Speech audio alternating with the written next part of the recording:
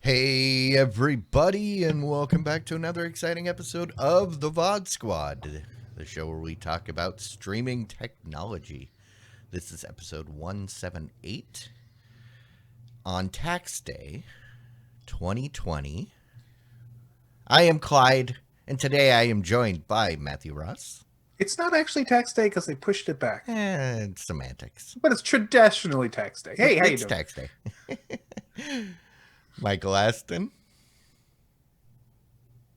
who is muted as usual, and Jimmy Trammell. Hey guys, and I gotta say, I'm glad I'm not having to write that check today.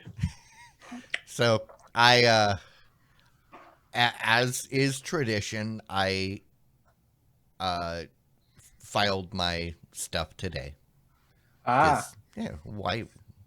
I'm never getting anything back. I'm supposed to get back like $3,000 every year, and there's always a reason why. Oh, nope, no refund. So it's like, screw it. I'm gonna wait till the last minute. But I am very happy that we are still getting a very, very small refund. So I'm glad I'm not having to write that $3,000 check. Right now. Yeah. So, taxes. That's a subject that we could definitely go down and have a nice long conversation about. That we really don't think we should. It's just kind of not the theme of the show. So, unless, hey, did you get a big fat tax check? You want to know what to spend it on? The VOD Squad. That's true. Patreon.com/the VOD Squad. Yeah, I mean, you could just sign the check to cash and mail it to me if you want. We'll put it to use. Work around that Patreon percentage, right? Yeah, either Is that way. what you're thinking? Either way, whatever's more convenient.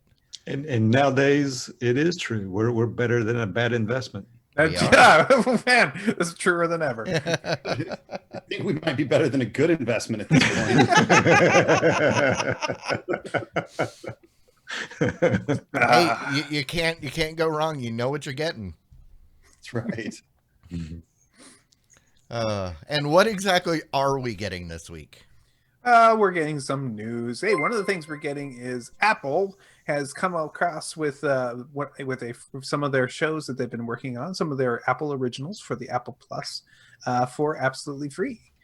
If you go to their website and go to, it looks like apple.co/free for everyone, you can go into and go ahead and watch several of their series, a couple of their kids series, and one film for free. That includes Little America, Servant, and For Mankind, and Dickinson. They also have the film Elephant Queen, and the kid shows Snoopy in Space, Helpsters, and Ghost Rider. Now, I haven't tried this yet, and I really think I should. I mean, it does require a login or an Apple ID, the kind of thing. But if it does not, good on them. It's excellent to have that kind of stuff. Yeah, that's the thing. I've made it all these years without creating an Apple ID. I really don't want to.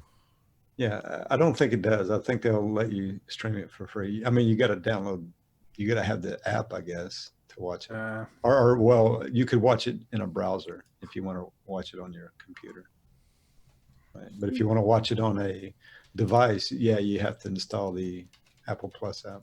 If you ask me, I'd be willing to try these because I am curious about the Apple shows and their quality. I haven't tried them because I don't have they didn't feel like enough for me to pay for at the time. So, but I might try one of these just to see if they're what they're like, especially for All Mankind. That one looks very good. Yeah, that is a good show, Matt. I'd recommend that one. For All Mankind is a good show. That's one of their best ones. Okay. Hey, the streaming service Roku has come out with a report saying that they have basically increased the amount of streamers by 50%.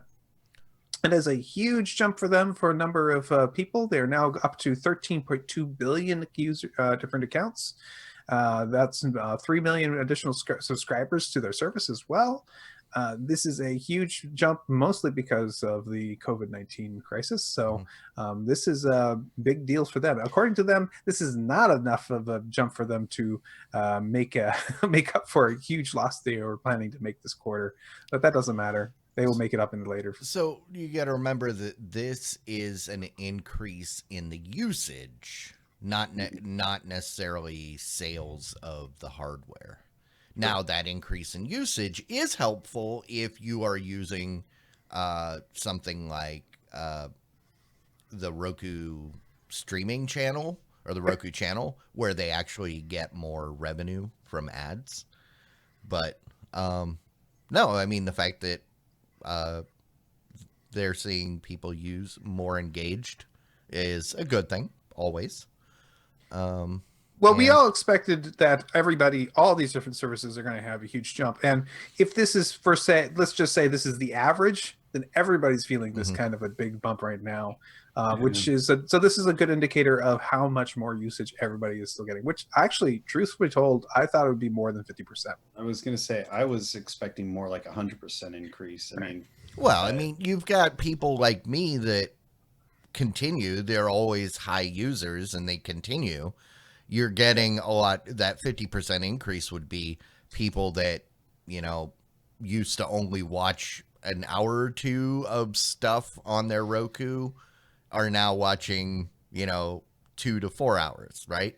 Then you have people that have, like, before this big problem, basically seen everything on Netflix. Now what are they going to watch? I think the thing that surprises me the most is that you have nearly 10% of the population that isn't working and is relatively required to be at home. So I would expect those people, that 10% of the population, to have a dramatic increase, double, triple, quadruple the viewing of TV. And then I expect a lot of other people that normally only watch TV an hour or two in the evening to be watching TV maybe a few hours. Plus, you've got people that are watching TV or have it streaming while they work from home, where they used to be working in an office and couldn't. But those people, like, I'm the perfect example of that. My Roku usage has gone down dramatically because I spend most of my days sitting right here. I don't have a Roku connected to my computer. All of the things I would normally watch on the Roku, I am watching on my computer.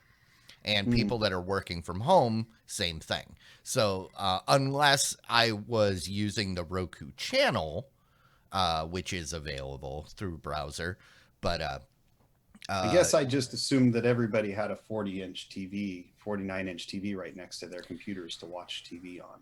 Yeah. Yeah, see? Matt, that's there with me. No. You got a TV in your office. But he doesn't have a Roku on it. Yeah, actually, I do. Oh. See? How about you, Jimmy? Notice it's not on. No, I only have 2 TVs in the house, not in my office. But I mean, I got 2 27-inch monitors, and I've got an iPad here that I can. If I ever want to watch TV in the office, I usually watch it on the iPad. You're a good worker. You focus on work when you're working, don't you? Well, I got a team to run and all that kind of thing, so not much time to watch television while I'm working. Typically, right? Now the music I'll listen to, right? But I usually stream music on YouTube and stuff like that on my TV. I seldom have actual shows running while I'm working, but sometimes a podcast or something.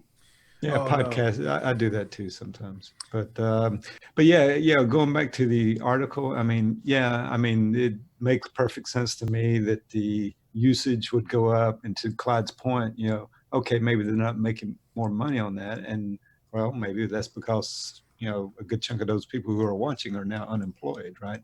And can't really, doesn't want to spend much money right now. Right? Well, I mean, it's, they're company is now multifaceted.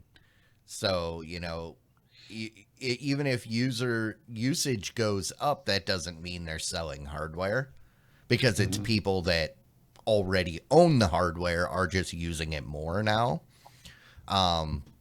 If they're using the right things, then that can be profitable because it means increased ad revenue potentially. And potentially more purchases, but yeah, I mean, it really depends. So, I mean, they were already expecting, as they said, they were already expecting to be down financially. So, I mean, it's helpful and good. Yeah. Speaking of Roku, I did see an email come across, I think it was today or yesterday, from Roku. And that sound bar, the new one that they get out, Yeah. they get it on sale now. You can buy it now for like $159. Yep. That's just the sound bar. It has the Roku built into it, but if you want the subwoofer, that's an additional $150, and then you can. But yeah, I was actually looking at that the other day. But Pretty good deal. Cool. All right. So if you are a Chromebook user and you've been using it to watch some of your own shows, there now is a new versions of some of the various apps on it that are turning into what's called persistent web apps. These PWA versions of the apps are basically they are websites that look like apps. And the interesting thing is that they're replacing what used to be the Android version of apps on these Chromebooks. The Android apps are, they are fully emulated Android. So they're literally running a whole nother operating system with a whole bunch of stuff that's not being used by the Chromebook, versus the web apps that are being used, that are being set up for this, much simpler, much easier to use, much lighter weight. So, for example, we're seeing a couple apps, Twitter and YouTube TV, come up now, and more expected later. Cool. The thing about the PWAs is that they're actually usable not just on Chromebooks. They're usable on all different kinds of different browsers. So I love web apps personally. I wish a lot more things out there were web apps. See, and this is kind of one of the things that was missing that really turned me off with the Chromebook in the first place. Because, I mean, the Chromebook is meant to be simple. Everything's based in a browser, but I like dedicated apps. On my Windows machine, I don't watch Hulu in my browser. I have the Hulu app. Same thing with the Netflix or YouTube TV. And that was the thing I didn't like about Chromebook, was because it was just basically just, you want to do something, go to the website. There wasn't dedicated apps. So this is cool. Yep. I mean, and there's, ever since the beginning, people have always asked, well, I mean, this is essentially a fork, version of Android.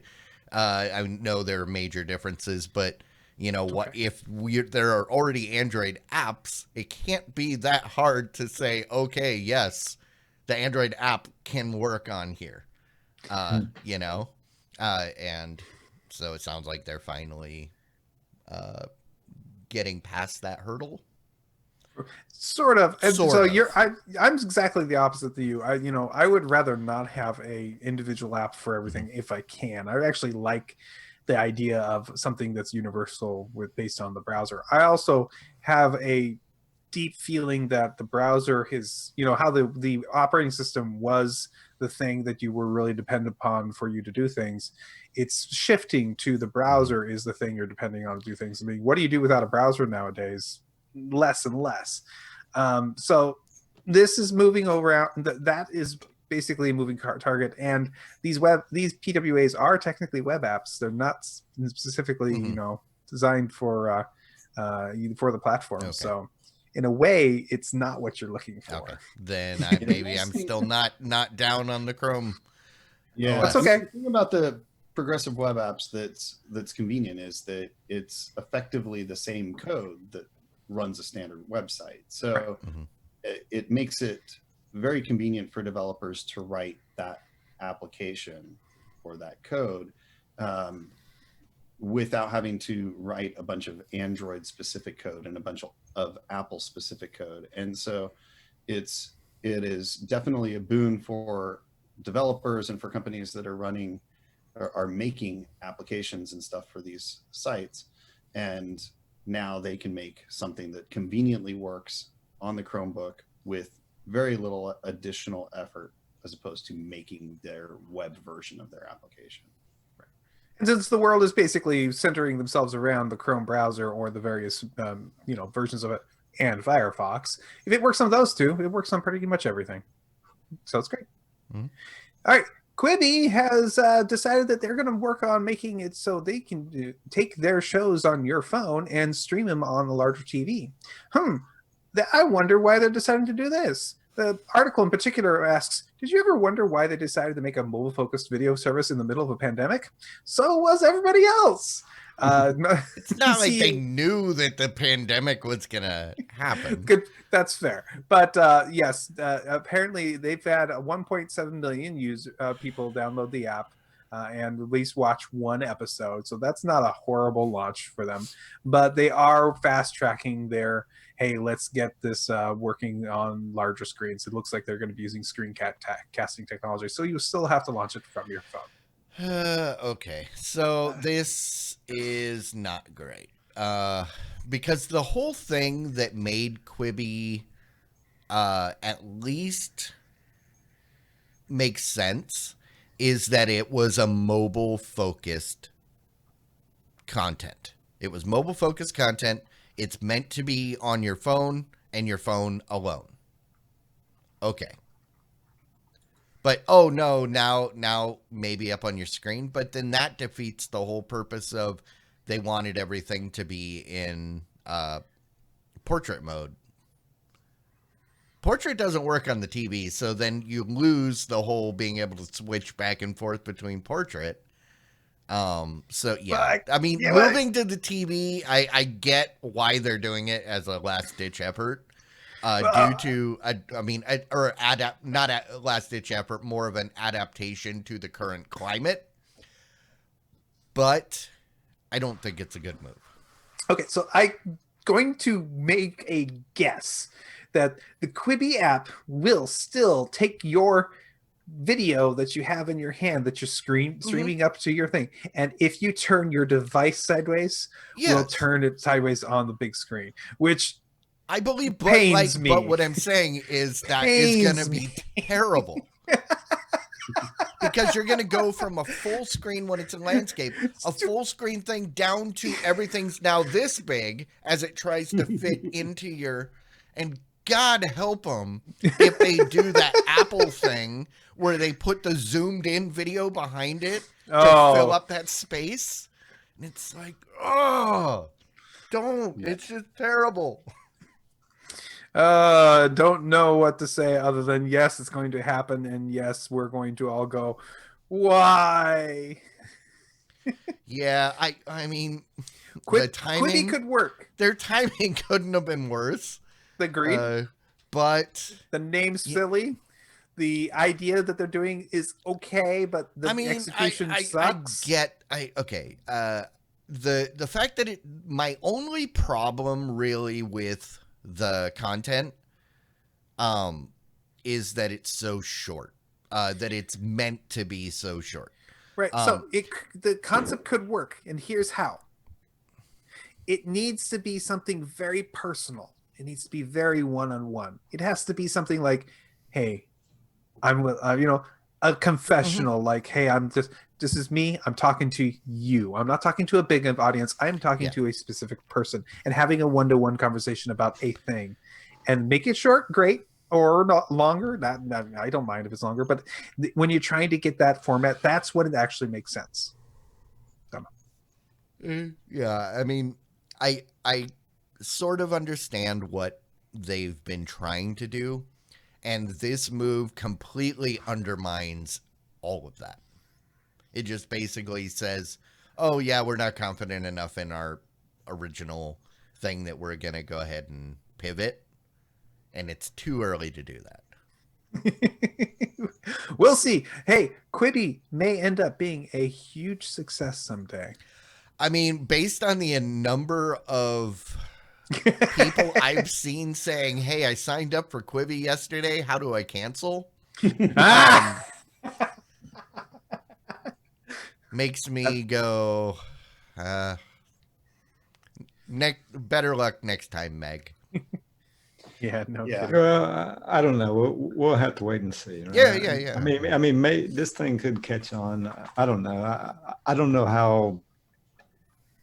I mean, I've not tried this show or this service rather, um, but I mean, it just depends on how good the content is. I mean, if it's good content, people will watch it. See, and that's Right. the thing is people are going, Nothing Maybe, seems but I mean, right. I mean, we're all got shorter attention spans now, and all. I get that, right? But making an episode 5 or 10 minutes. no, doesn't I bother mean me. that for me, and again, I've said many times, I am clearly not the intended demographic for this. Mhm. If it's not long enough to get invested, I'm not even gonna bother. I have no problem with it being little video episodes. Yeah, I have no it's problem with little things. The whole reason I didn't watch the prequel Stargate thing. I was super excited when I heard there was a new Stargate coming. I watched the first webisode, and found out it was only 10 minutes, and I Yeah. never went back. I think Yeah. the thing that matters with bite-sized chunks of content to me is the frequency and availability of them. Mm-hmm. So for example, I think it was Survivor or Survive, whatever, Survive. It's 10 minutes, but it comes out every single day. And so my thought is probably what they should do is release 3 or 4 episodes simultaneously so that you can get enough to get invested. Then it's pretty easy to wait a day for the next chunk of content. And Okay. it's actually kind of an interesting and compelling idea to be receiving in that frequently, and that could be pretty entertaining and give you something to look forward to. The challenge is that you're right, in a 10-minute chunk it's going to be challenging to deliver something that is meaningful, that moves the story forward, and yet leaves you it needs to both move the story forward, leave you looking forward to the next thing, and have actually accomplished like a full amount of something, right? Like can't leave you in the middle of the action every single episode. Those cliffhangers work on occasion, but it would be just frustrating and annoying if it was happening continually. So, and maybe I missed this, but how many? So, if you take a show like Survive, Probably not right? even online anymore. No, you're still there. So maybe I missed this, but in the format. So yeah, okay, 10-minute episodes. How many 10-minute episodes do you get for a show? Let's say Survive. How many episodes are they going to have by that? No idea. I mean, if it's enough to make a 2-hour movie, Well, maybe. from what I understand, that there are basically longer shows and they feel like they're cut up. That's one of the problems. That is something that they should not be doing. They should not be taking something that feels like it should be longer and cutting it up. They need to make them feel about right, bite-sized and about right each time. So Right. that's a big deal that they need to deal with if that's what they're currently doing. Yeah, you can't just take a 22-minute episode of Friends and turn it into 2 11-minute episodes, right? Like that would just be annoying to have it cut off. Even if they found a decent cutting point, Right. That episode has every episode's a cliffhanger. Yeah, every other episode's a cliffhanger or whatever, but it wouldn't even be a cliffhanger, right? It would just stop in the middle of the action. Right. Like, well, they're written around this format. It has to be written very carefully. Well, they have written this content is produced specifically for this format. So it's just I need more time to get invested. Well, let me throw this idea out, right? So think of Saturday Night Live, right? Each one of their skits as a Quibi episode, right? That I mean, to me, that would work. right? Something like that would work, right? But that, I mean, based on what I've seen, just like what Mike was talking about, Survive, that's definitely not Saturday Night Live, right? No. And I'm not so sure how well that'll work. Maybe it will, right? But we'll see. Give it time. We'll find out. Right. Hey, Sling is doing more free things. Sling has already announced that they're providing the free television channels for the news networks. So if you want to go ahead and go to their service and turn it on for that, that is available for you right now. But now they're offering a new promotion, which is giving you basically the Sling Blue service for free from 5 p.m. to midnight. It means every day you'll be able to go in there and check out the various channels like AMC, Discovery, and FX. And also you will have even access to a cloud DVR for some of these features. Some of the channels aren't there, so but that's okay. This is literally in the evening free access to the Sling Blue service. Yeah, I mean, good for them. Any way to get people in the door, because the more people you get in, even if a small percentage sticks around, hey, that's more people that stuck around. So, got to get them in the door any way you can. Yeah, and Sling is still one of the least expensive options out there. It's pretty impressive that they were able to keep their prices as low as they are. Yep, and they were one of the first. So, Indeed. Maybe I should try these guys again, right? I tried them once, but I wasn't too happy with the fidelity that I got from them at the time. Of course, this is back when we first started the show, right? Right. But yeah, maybe I should give it a try. Just see, at least try how good the fidelity is. Well, you're free during the evening, so you can try it out for free.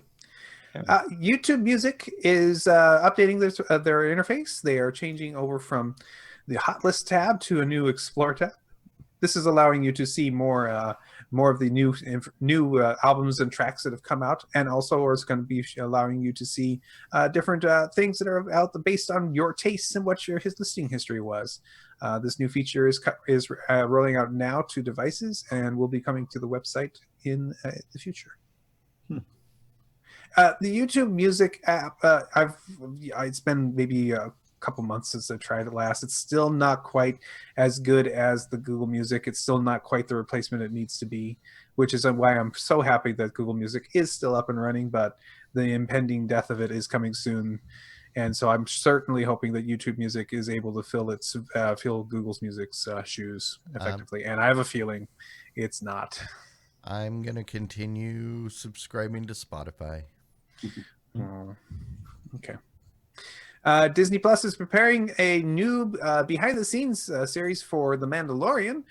This is going to be launching on Star Wars Day, May the 4th. This is going to be an 8-part series showing information about the making and the designing of the Mandalorian first season. And I'm sure that they're doing this mostly because everybody wants more of this show, and they have to wait until next year for more actual episodes. Yeah, this is actually really exciting. The way that they did some of the stuff in this show is really impressive. So it's really exciting to be able to see something that's pretty in-depth background on how they accomplished some of these effects and how they accomplished like the settings and things like that. It's some pretty cool technology that they're using. I'm very interested in seeing more about it because I've seen little snippets here and there. I will definitely be watching this. Yeah, all I know is they announced that they will not be asking Taika Waititi to come back for directing, and that made me go, I don't think I like this show. Wow, you are. Well, his episodes were like the best. Okay.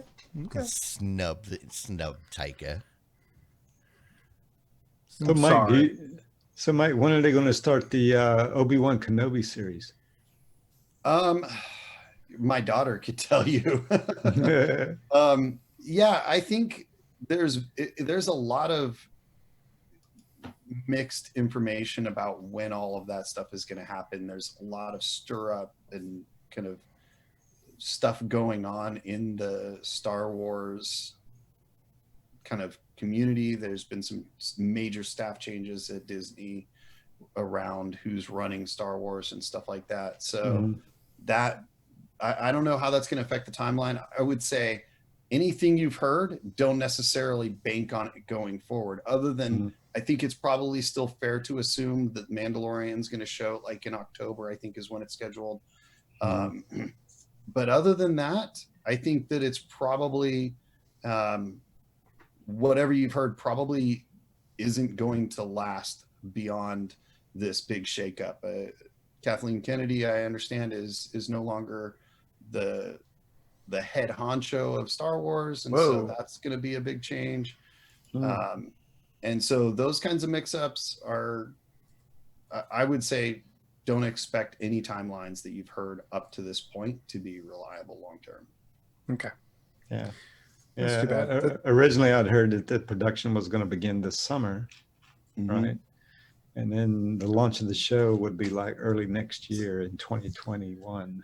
See, right? There's a few shows that they already have started production or filming on, and so I don't know where they got though before everything shut down. So there may be some stuff that's more or less ready to go on schedule. But again, when they actually release that and what changes and adjustments they choose to do to the storylines and the timelines and stuff and how all of the shows intermix is really going to be up in the air because of those changes. See, if you ask me, I want the Obi-Wan show, but I also just want it to be a picture of Ewan McGregor dressed up as Obi-Wan Kenobi sitting in a cave watching a fire. And in the fire is the episode? No. Like no, him reflecting on his past? Maybe, but no, but like a Yule log video where you're watching thing, and every once in a while something happens. So like he gets up, he goes outside, he comes back. He farts. But you know, he was a hermit the whole time. But you know, they should totally make a screensaver style episode of Obi-Wan, the series season 0. I'm still hoping for Obi-Wan in 21. That'd be nice. Hey, you Pokemon Go players, you guys are probably feeling like, I can't go out and do anything, which is true. You're not supposed to go out and do anything. Why are you going out? Well, maybe you can. That's because catching Pokemon is essential. Right. Anyways, there is now a new option for you if you are trying to stay inside. There is an option for you to purchase, either with real money or virtual money, a remote raid pass, which will allow you to go and do and participate in a raid, which normally you have to show up at the location to do these large battles for legendary Pokemon by doing it remotely. So you can now have an option available to you. Apparently it's coming out later in this month for you to make these remote raids possible. Okay. This is the kind of thing that they should probably just keep, because there are plenty of times where people are like, no, I don't want to go out. But the whole point of Pokemon Go, as they said, the whole point was to get you out and moving. Because moving is the first step to becoming healthy. Agreed, but also video gamers, they want to sit on their couch. So, yeah. So I would give both. You don't want to pay anything? Go move. If you're going to stay at home, just play the existing Pokemon games. Go catch Eevee or whatever that Wii one was. Play it again. Yeah. Okay. Hey, Formula E is going to be doing new competitions. They're going to be using the game R Factor 2 to do the race. This is a game you could download right now from Steam, and it looks extremely realistic. Clyde, I have a feeling you are actually kind of excited about this one. Not really. Formula E is boring. I thought you were waiting for, Formula 1. Oh, Formula 1, because Formula 1 is petrol, big, loud engines, lots of power. These are those stupid electric cars. But I know, but this...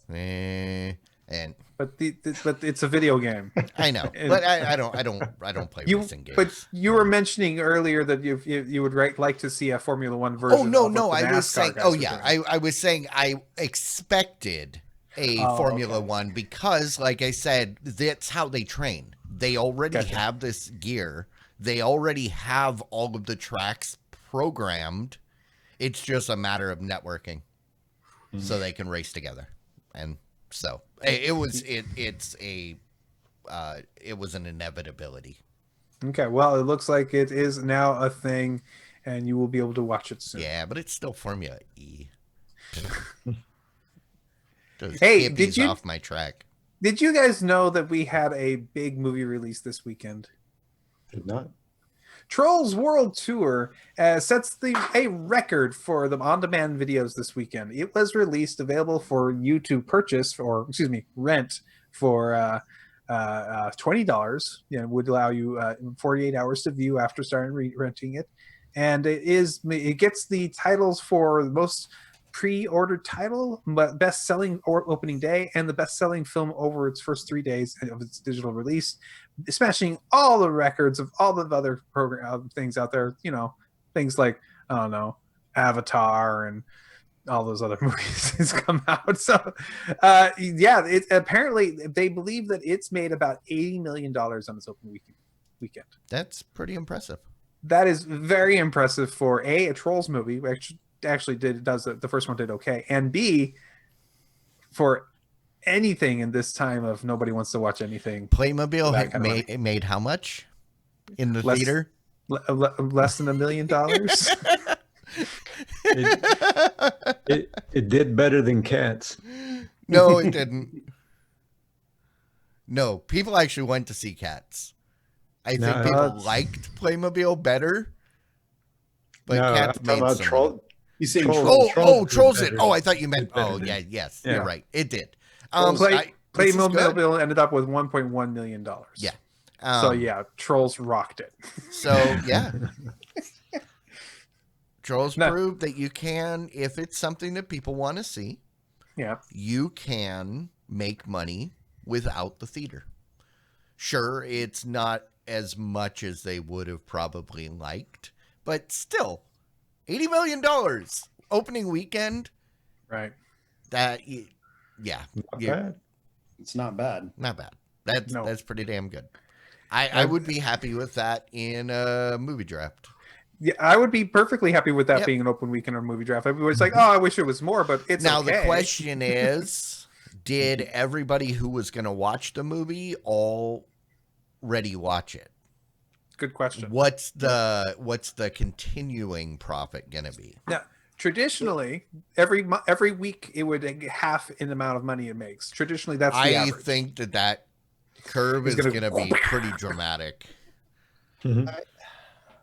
I don't know. I think that it probably will be more dramatic, but I don't know. I think that there might be a point where my kids decide they do want to see it. They wanted to see it, but they decided that $20 wasn't worth it to them to only be able to watch it for 2 days. They'd rather wait a few months, buy it for $20 and then have it for $20 and then have it to where they can keep watching it. Because kids want to rewatch shows, especially when it's got good music and stuff like that. So I think it'll have a little bit of staying power, and some people may end up getting it again. The challenge is that $20 is not a bad price to rent it.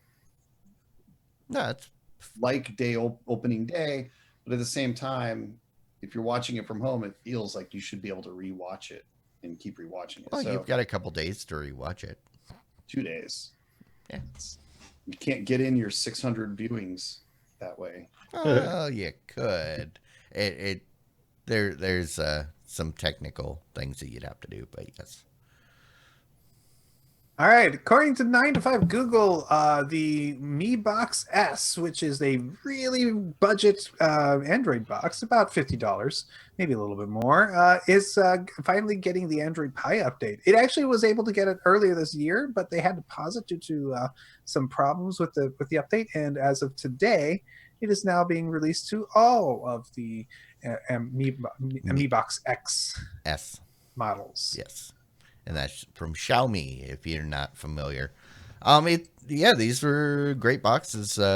Matt and I have the original Mi box, which I used for a long time until I moved to the Roku. I think these stopped on Android TV version 6 or 7. This one. I thought it made it to 8, but maybe I'm wrong. I don't know, but it definitely is no longer getting updates. Yeah, it's okay. It still works. I mean, I don't expect them to support it forever, so sure. Yeah. All right, and Amazon Prime is looking to stream out the 2020 films that were going to be available by South by Southwest for free for the first time ever. Well, this is the first time that they're being streamed. Right. And the fact that it's for free, I'm surprised by that. I'm not surprised that they're going to stream these movies. I am surprised that they're streaming it for free. So. Yeah, I would have imagined that it was going to actually cost them some. They should have paid up for this like a normal rental fee. People would have been happy to pay for it. I mean, even if it was like, hey, $5 gets you into the thing that you never get to go to. Okay. Yep. But yeah, I agree. And also, apparently, Amazon is still paying basically what it's quote unquote the cover charge to the different filming companies for having the view of the video. So there is still some money being passed around here for this. So go watch these movies and earn some creators some money in this time of weirdness. Yeah. I mean, the festival will stream for 10 days. It's running the length of South by Southwest itself. So they're trying to stick to the South by Southwest format. You just don't have to leave your house. And that's the news for the week, guys. Word. And that brings us to the point in the show where we like to thank those of you out there that are gracious enough to support us on Patreon. You continue to confound us, but we are grateful and we appreciate it.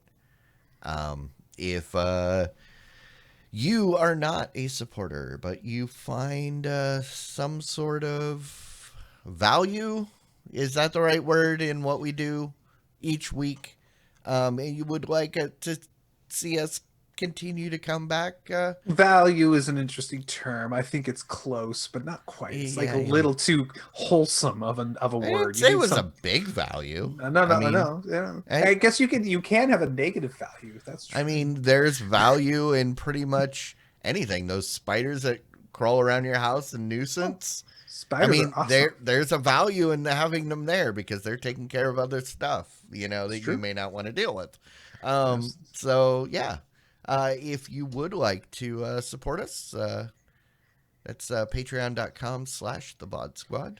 Yep. And again, those of you that are currently patrons and or potential patrons, if there's something that we should be doing or offering, let us know, because I have no idea what to put on there because I don't know what people want.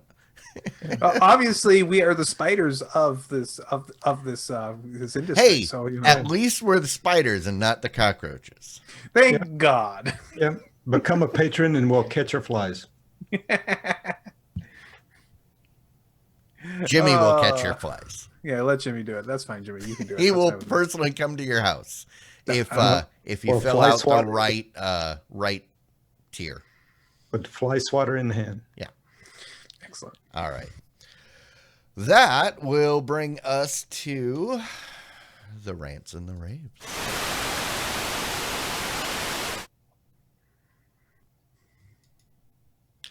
All righty, guys. Rants, raves, what you got? Anybody? I have been not watching anything. I've been too tired. I've been working all the time, and I sit back and I just don't want to sit and watch and do any of that. So I've been playing a lot of relaxing and dumb big games. One thing I did try this week was Stadia, though. I did want to give that a shot because it now was free. And so I took I went ahead and signed up. They gave me the pro option. The one problem I have with Stadia, more than anything else to me, is that there's no games there that I'm really interested in. but I did want to try Destiny 2, and it's not bad. Destiny 2 is it's not a bad game actually. It's pretty fun. I gotta say the idea and the model of it is pretty pretty well thought out. So I think it's a pretty good game. I might play some more of that if I get the chance. Let me ask, does Destiny 2 center around the child? So no, it does center around what did they call it? So it's not Destiny's Child. No. Okay. It's not. It's excellent question. I will look for anything that references the child and immediately think of that if that ever comes up in Destiny 1 or 2 at this point. No, it's basically it's a you versus a computer animated group of enemies, and you were working together to defeat the environment. It's totally a massively multiplayer first person shooter, and that's kind of cool. I like that. In my brain, it feels kind of like the other game I actually enjoyed and everybody else hated, which was Anthem. Oh, Anthem. People didn't like Anthem? I thought that was when it was like everybody was super hyped for it, and then everybody was super hyped for it, and then when it came out, it was just trashed on, and everybody basically said, "Never mind, it's not worth it." But other than that, I've been playing Casserone, which is a tile-based game. So the Humble Bundle came out with a deal where you could get I don't know, 100 games for a cheap amount, and they're good games. It was all in some type of, to fight this outbreak thing. And so I picked it up and I tried it. I said, okay, we'll just get this. And there's a lot of games on there, but the couple I been playing was Casserone, which is kind of a tile-based board game, and that the computer version just makes it so you don't have to, clean up after yourself. That's been a lot of good, just slow time, just kind of playing kind of a game. I've been enjoying that. And the other game I found was one called Rebel Galaxy. It's a space combat game. You're in a spaceship. You're going out doing jobs, but my favorite thing about it is that the main guns on your ship shoot sideways, because your ship turns, and like a boat in water, you have to shoot your cannons sideways to fire everything. Ooh, sounds like Cruz would love that. He did say Rebel Galaxy is great. Rebel Galaxy is probably my favorite game I've played so far out of the entire bundle that I got, and I'm probably going to continue playing that game for a while. That's a pretty awesome game. Cruz here is our resident naval battler. Right. Well, I love bold space battle games. I'm sorry, Wing Commander 1 and 2 was better than X-Wing. Was that the one with Matthew Lillard? I have no idea, but Wing Commander 3 kind of went off the rails. So there was one of them that had, I think it was Matthew Lillard. It was some actor guy. 3 had Mark Hamill in it. So, other than that, no, I haven't been watching too much television. So mostly just video games and. Yeah, and sitting down between things and falling asleep in my chair and getting up and doing more fun stuff. I was thinking of Wing Commander the movie. Oh, had Matthew Lillard and Freddie Prinze Jr. Freddie Prinze Jr. Yes, and that was okay. I would give that a C grade, if maybe C minus.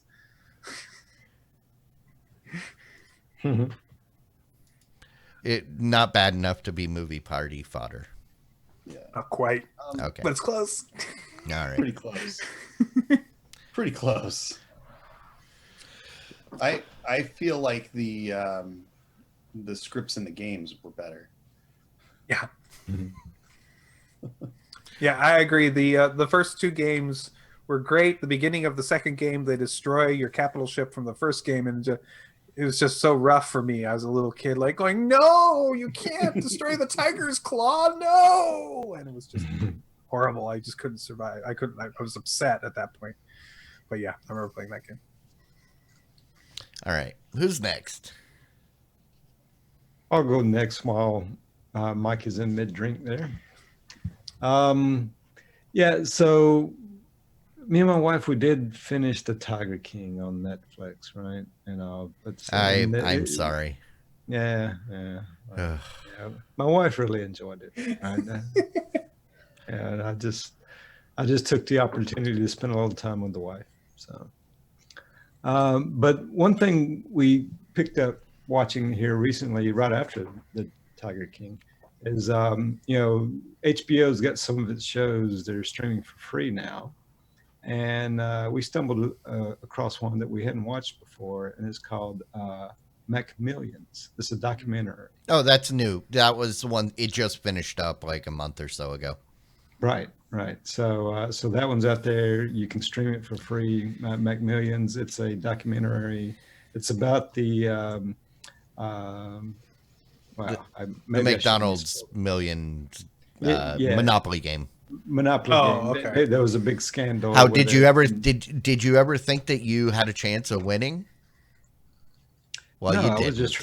Nobody ever actually had a plan or a chance to win it. Yeah, yeah. I was happy if I got a free cheeseburger out of it, right? So, but no, never really expected to win back in those days. And yeah, Wabbit, the new promo for Billions is coming down the pipe as well. Speaking of Millions, right? Billions is also getting close. I'm gonna have to resubscribe to Showtime. Right. Yeah, have to do that whenever that's released. Usually, I'll wait a couple weeks, maybe a couple of weeks, and then I'll subscribe. That way, I can just kind of, always got something fresh coming up. I have a choice since through AT&T, I can either subscribe to HBO for free or Showtime for free. I might just switch it. Yeah, if you see if I can just do that. Because right now there is literally nothing on HBO worth watching, in my opinion. And a lot of it's free. And a lot of it's free. Yeah, so it's like, yeah. Also, your boss is coming back. Yeah, I think next week. You're right. I think it is next week, or maybe it's this Friday. I think maybe. Oh, it might be this Friday. Yeah, I think it is this Friday. Yeah. Yeah. So I'll probably be starting that this weekend. All right, Mike. Yeah. Because working from home is so convenient, and I don't have a commute, I end up working longer hours and working harder. So that actually means I'm watching less TV. But I have started, since we finished the last couple of shows that we were watching, catch Last Man Standing as it comes out, but that's once a week. It's almost over. I really enjoy that show. There's absolutely nothing about that show to not love. Mm-hmm. We started watching some of the old episodes of NCIS, which is one that we enjoyed a lot, but we moved in the middle of a season and got behind, and then decided we weren't going to catch up until we got around to catching up. So we're back watching like season 7 of like 18 or something. It's like, yeah, you've got a little bit of longest running show in history. Not really, but it's been running for a long time. So yeah, we got plenty of fodder there to go after, but enjoying that occasionally. But what we've really been enjoying, at least I have really been enjoying, is Community. Just on a whim, we watched the pilot episode just a couple days ago. Oh, did you never watch that show? I've never seen. Oh, I think I saw the pilot one time, and then I rewatched it with my wife. But I think it's hilarious. We're about halfway through the first season, and it's very funny. Even the seasons where dude was gone, and people say they weren't great, I still loved. Yes. Yeah. Dan Harmon. The seasons that Dan Harmon was gone, or fired or quit or whatever the drama was. I still think that show is completely solid all the way. So cool. All right. Well, I've got a bit of a rant because Easter, spring, right? We got a foot of snow. And it has continued to snow, not enough to build up, but it's continued to snow since. And I am angry because I don't want to be inside. I have been in this house since November, since it got too cold to Dude. go outside. I mean, Dude. I occasionally leave when I absolutely have to, but it's cold out there. I don't want to be out there.